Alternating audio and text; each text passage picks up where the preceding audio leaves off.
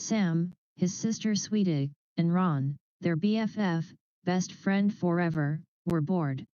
They had played all day, but now that it was dark and difficult to see, they had nothing to do. They couldn't play soccer because they couldn't see the ball. They didn't want to go inside and play a game because it was a beautiful springtime night and they liked being outside, especially after having to play inside all winter long. They just didn't know what to do and it was a little too early for them to go home. "I guess I'll just go home," Ron said in a sad voice. "Aw, come on," replied Sam. "We still have time for another game of something." Then Sweetie said, "I have an idea. Let's play hide and seek." "I was just going to say that," Sam said. "Yeah, I'll bet," replied his sister. "You always say you were thinking of whatever I think of," she snapped. "Do not," Sam said in a loud voice. "Do too," yelled Sweetie. Ron just looked down at the ground and shook his head from side to side. "They are at it again," he mumbled to himself. Then he yelled, "Okay, let's play hide and seek. I'll be the seeker." He turned, faced a big tree, closed his eyes, and started counting out loud. 100, 99 to 98, 97. Sweetie and Ron stopped arguing, looked at each other, and ran off in different directions to find a hiding place. In the distance they could still hear Ron counting 4, 3 to 2, 1. "Ready or not, here I come." Then he turned and began looking for places where they could be hiding. Finding Sweetie was easy. She always ran off and then circled back so she would be close to base. The safe place to get to before being tagged. Ron looked for the biggest tree and ran towards it. But she wasn't there. "I'll bet she's behind that big bush," he said to himself. So he ran to it and was ready to tag her, but she wasn't there either. As he turned around, he saw Sam running towards base and darted after him. Just before he touched Sam's shoulder, Sam tagged the base and yelled out, "Safe." "Did you get Sweetie yet?" Sam asked. "No," said Ron. "I haven't been able to find her and it's getting late and we need to be heading home." So both boys yelled out, "Come on out, Sweetie, it's late." But there was no reply. Not even a little snicker from somewhere in the darkness. They yelled again.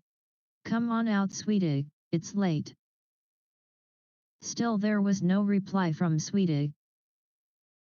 They began to worry and started searching for her.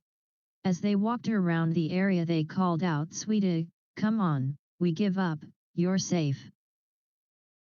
But no matter where they looked, or how much they called out, Sweetie didn't answer. It was as if she disappeared. Sweetie was wondering what had happened. All she could remember was crawling under the big trunk of a fallen tree to hide. Now, as she looked up, she saw several stars through a small hole above her head. She had fallen into a hole. When she crawled under the tree trunk, "Help," she yelled and heard her voice echo throughout what must have been a cave. "Help! Help! Help! Help!" "Did you hear that, Sam?" Ron said excitedly. "Sweetie just yelled for help." "Keep yelling, Sweetie," Sam screamed. "That way we can find you." Sweetie heard her brother and kept screaming. After a short while the boys were standing next to the big tree trunk. "Hey!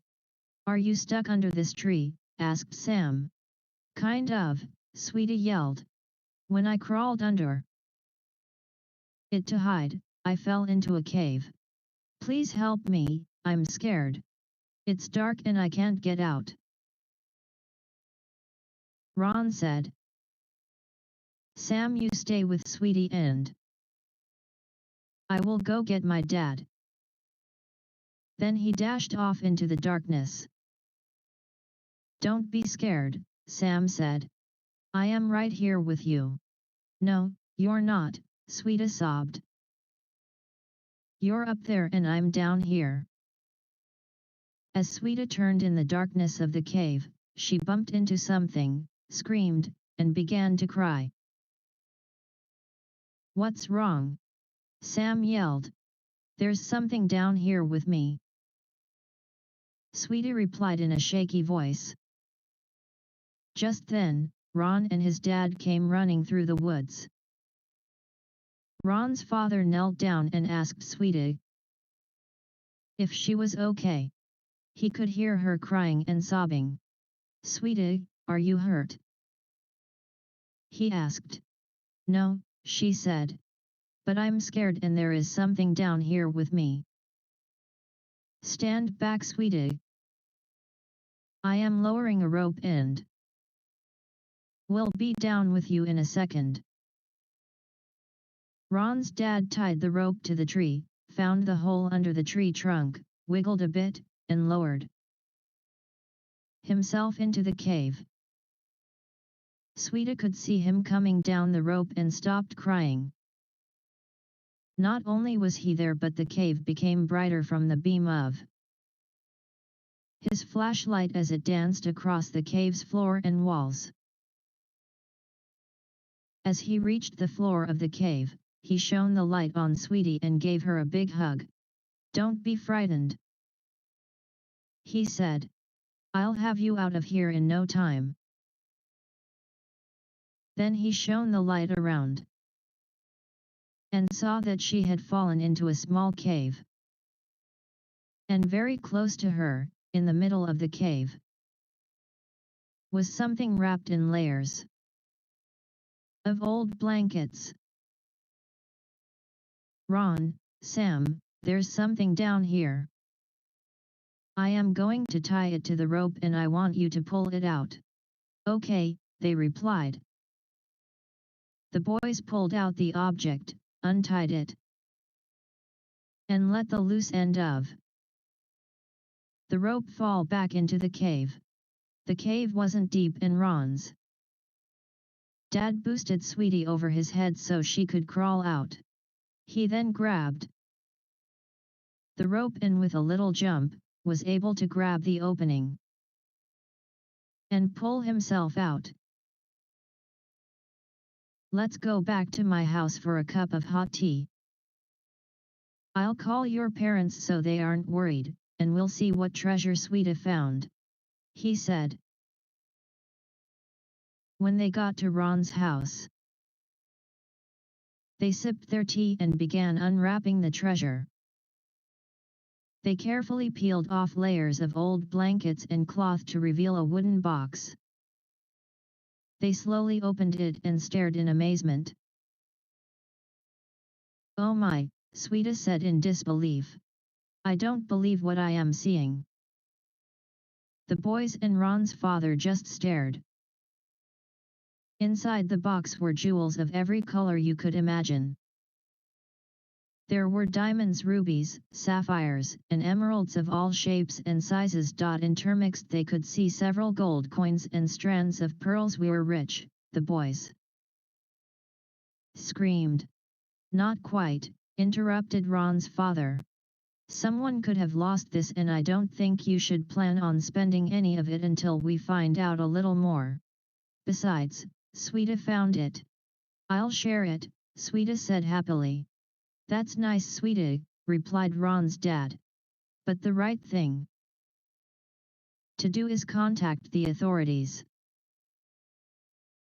The next day, the four of them and Sweetie's mother drove to the police station, explained what had happened, and gave the treasure to the police to hold while they conducted their investigation. They left the police station sadly. And even the double-dipped ice cream cones Ron's father bought for them didn't make them smile. They drove back in silence. Several weeks passed with no word from the police. Then, one evening, Ron's father called Sam, Sweetie, and their parents. The police just called and I think you should come over right now, he said. I'm afraid there is some bad news about the treasure. The police are on their way and we'll explain everything when you get here. Sweetie and Sam didn't say much during the ride to Ron's house. Sweetie thought that since it was bad news the treasure belonged to someone else, even though they probably lost it. Whatever happened to finders keepers, she mumbled. What did you say, Sweetie? Her mother asked. Oh, nothing. Sweetie replied. Then she let out a long, sad sigh that echoed through the car. When they arrived at Ron's house, the police were there with the treasure box.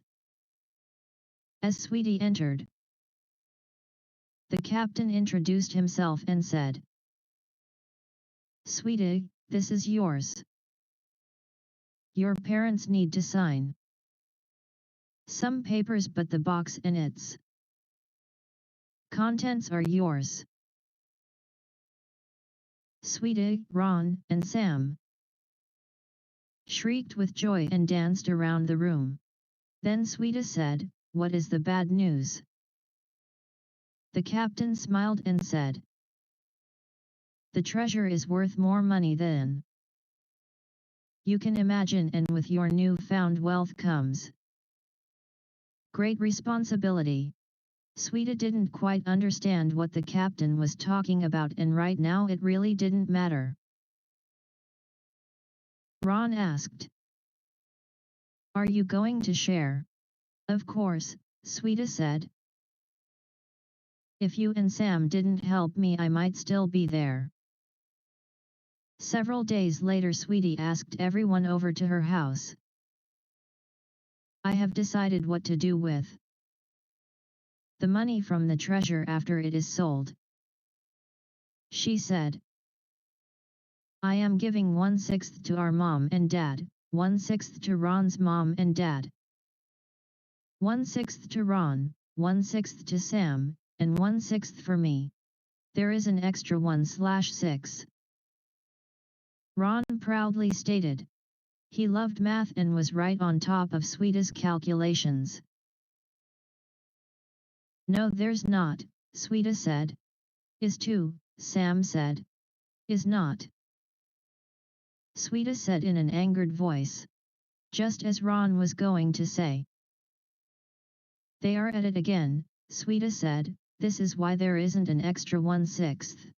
I am giving it to the local charity, so it can be given to those less fortunate and in need.